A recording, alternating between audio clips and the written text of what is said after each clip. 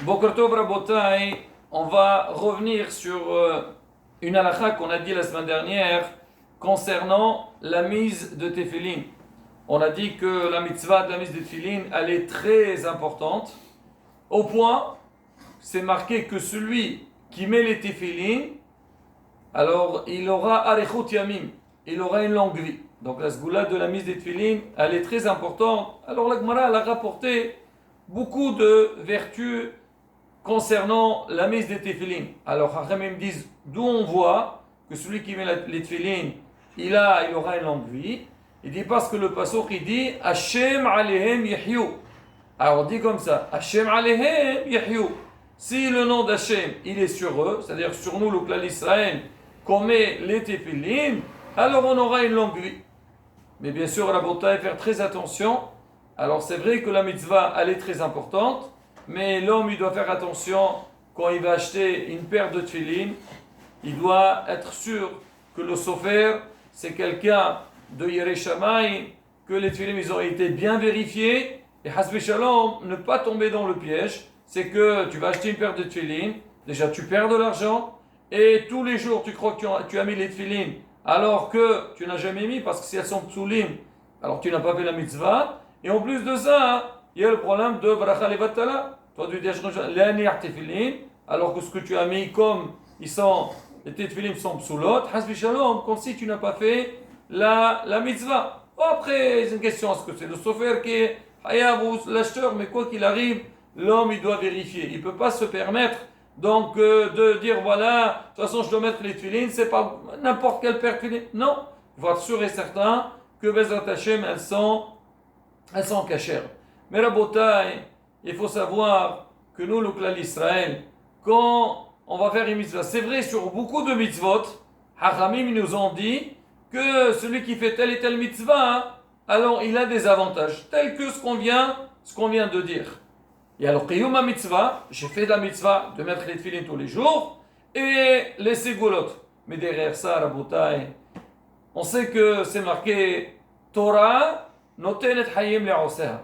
Un homme qui étudie la Torah, un homme qui est connecté avec la Torah lui donne la vie. Comme c'est marqué Wahai Bahem, l'homme il doit vivre avec la Torah. Mais aussi, on sait que Torah mahkimat peti, elle donne la sagesse à la personne. Et là, Rabotai, à travers cette mitzvah qu'on est en train de parler, alors je vais raconter une histoire avec le Maharal Miprag. On voit la puissance donc de ce hacham là, et aussi un petit lien avec la mitzvah de Tefillin. Alors le Maharal, il est connu mondialement, même chez Omot HaOlam. Rabotai, si vous avez l'occasion d'aller à Prague, alors là-bas, n'importe qui vous demandez, même les non-juifs, ils savent c'est qui le Maharal. D'ailleurs, déjà il y a tout un quartier dans lequel il y a la synagogue du Maharal. C'est que le Maharal il a fait le golem, il a construit, il avait la force, c'était un grand Mekoubal, c'était un Kadosh Elyon, et il l'a utilisé pour beaucoup de missions. Surtout malheureusement les juifs, toujours malheureusement il y a eu des problèmes.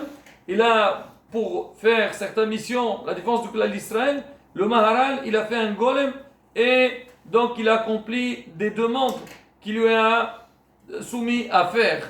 Et il y a dans le quartier là-bas, il y a la synagogue de la salle de Maharal, il y a aussi le toit. Alors ils disent c'est là-bas qu'il avait le golem. Certains disent c'est vrai ou pas, mais ça ne change rien. Alors si vous allez dans la ville de Prague, vous allez voir là-bas il y a une statue, donc la statue de Maharal Mipra. Pour dire que quoi, donc c'était quelqu'un qui était très connu dans l'histoire tchèque.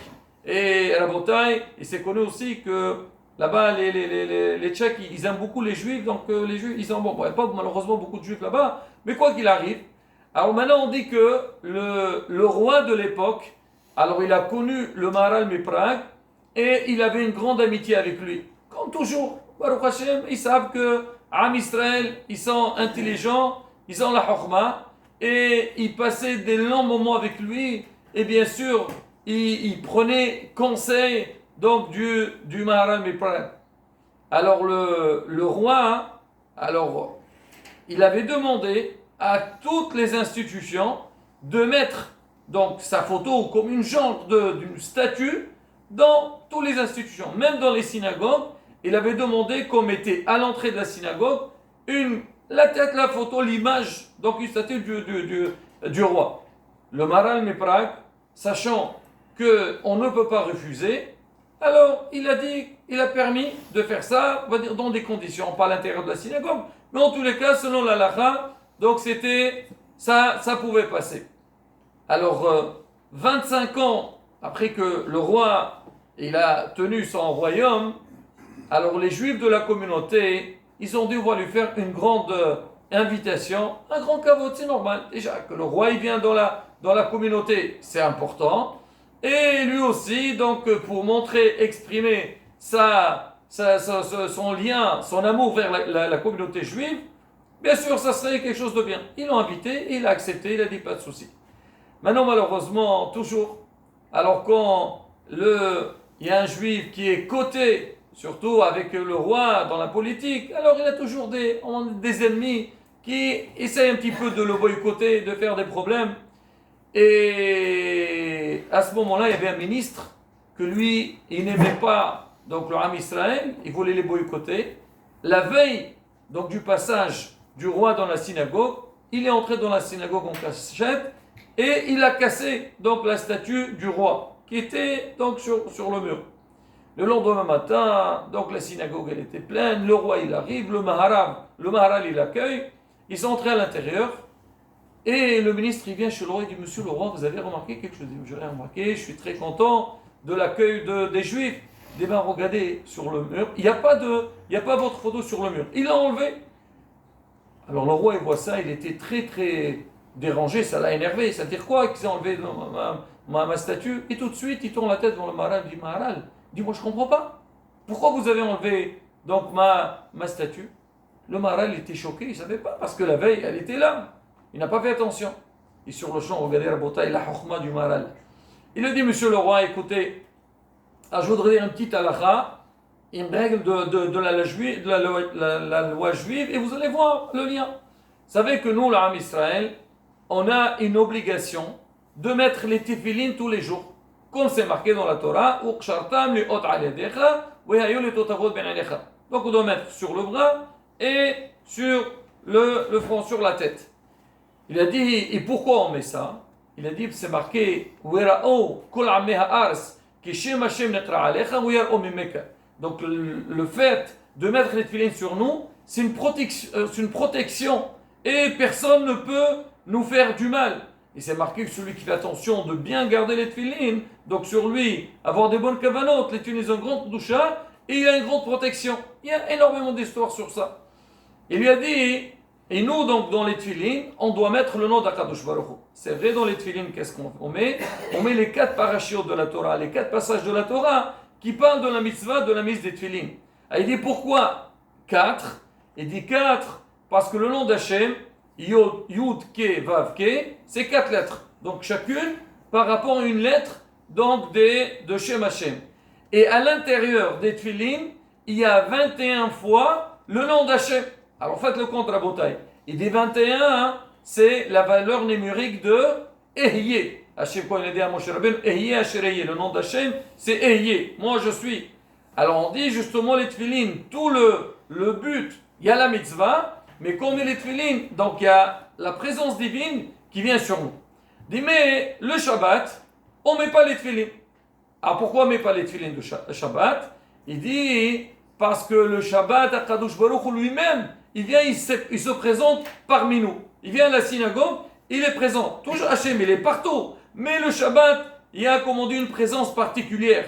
C'est pour ça que le Zohar HaKadosh, il dit, l'homme, il doit faire très attention quand tu portes les tefilines, de ne pas parler, de ne pas dire des dvarim betilim, et surtout, à la synagogue, quand on est à la synagogue, de ne pas parler. Parce qu'il y a HaKadosh Baruch Hu qui est présent, et Hasbe Shalom, Hachem, il est là, toi, tu vas dire dvarim betilim, tu vas dire des choses qui sont, c'est pas mechoubad, c'est un endroit qui est kadosh.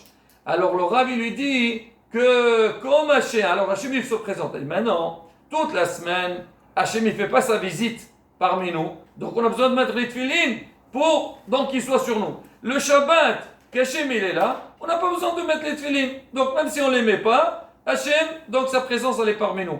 Il dit c'est pareil pour vous, monsieur le roi. Vous, tout le temps, vous n'êtes pas ici. Alors c'est normal, on a mis votre statut comme ça, on vous voit, donc quelque part, donc on sent votre présence. Aujourd'hui, vous êtes venu vous-même, c'est pas Kabod qu'on va laisser votre statut. Alors vous, la statue, elle vaut rien devant vous. Vous êtes là, donc vous êtes présent en chair et en os. Alors, on n'a pas besoin de la statue, mais sachez, dès que vous partez, on va remettre à nouveau donc cette statue et vous n'avez pas de quoi vous inquiéter. Le ministre qui était à côté, il a eu très honte. Et le Maharal, donc Baruch Hashem, il a eu cette chokhma pour pouvoir répondre le roi. Et là, Rabotai, pour nous, c'est un moussar askel. Regardez, le roi, il vient, quel caveau doit faire, faites très attention, Bechoulé. Al-Hadkama Vichama, c'est une mitzvah déjà. Mettre les tuilines, Kadosh Baruch, il dit, il est sur nous. Il y a des ségoulottes. Combien on doit faire attention à cette mitzvah, Bezrat Hashem. Et quand l'homme, comme on dit, commence sa journée, avec cette mitzvah de tuilines, avec beaucoup de kavanot, avec beaucoup d'attention, Bezrat Hashem, on aura une grande bracha, tout ce qu'on entreprend. Amen, Kene Rasson.